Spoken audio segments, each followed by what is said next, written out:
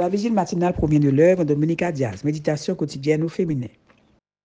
La méditation de ce matin, aujourd'hui, 25 juillet 2024, est tirée de Jean 4, verset 9. Comment toi qui es juif, me demandes-tu à boire, à moi qui suis une Samaritaine? Juste 3 mots, page 215. Dès qu'elle l'a vu de loin, elle a su ce qui allait se passer.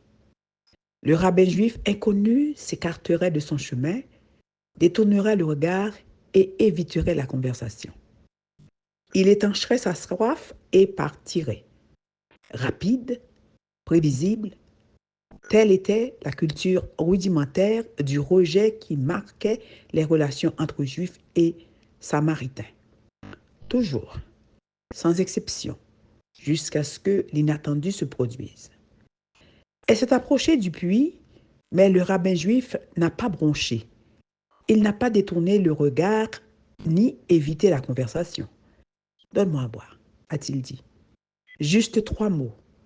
Juste une fissure dans le mur du rejet et des préjugés sociaux. Un mur aussi vieux qu'actuel, un mur qui nous apprend que la chose la plus confortable pour nous est de vivre sur la défensive. Et c'est ainsi que nous vivons sans avoir le courage de briser cette glace, qui est plus difficile à briser que la glace qui existe entre de simples inconnus. Lorsqu'on se sent systématiquement rejeté par un certain groupe de personnes, on n'attend plus rien d'elle. Ne plus rien attendre est la meilleure défense contre la douleur.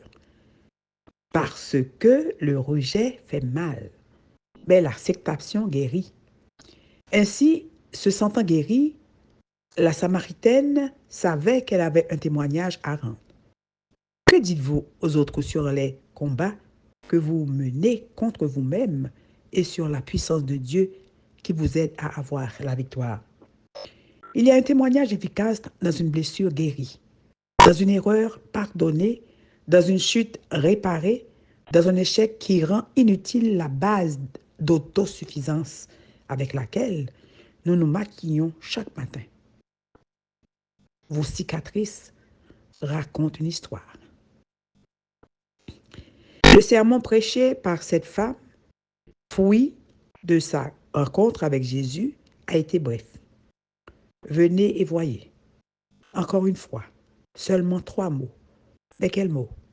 Enthousiaste, motivant, authentique, christocentrique, et de la bouche d'une femme dont le témoignage a conduit une ville entière à croire en Jésus. Vous voyez, il n'est pas nécessaire d'être très éloquent pour amener des âmes au Christ. Ce qu'il faut, c'est transmettre le salut que nous avons trouvé en lui. Un salut qui n'entend rien à la race, à l'âge, à la langue ou aux préjugés sociaux absurdes. Vivez-vous derrière un mur qui vous prive de tout contact avec des femmes d'autres religions, modes de vie, origine ou façon de penser? Vous pouvez construire des ponts en donnant un témoignage simple, mais efficace du pouvoir de l'acceptation de l'Évangile. Car nous avons besoin d'une acceptation qui soit plus grande que le plus grand de nos rejets. Amen, amen, amen. Juste 3 mots. Que Dieu vous bénisse. Bonne journée.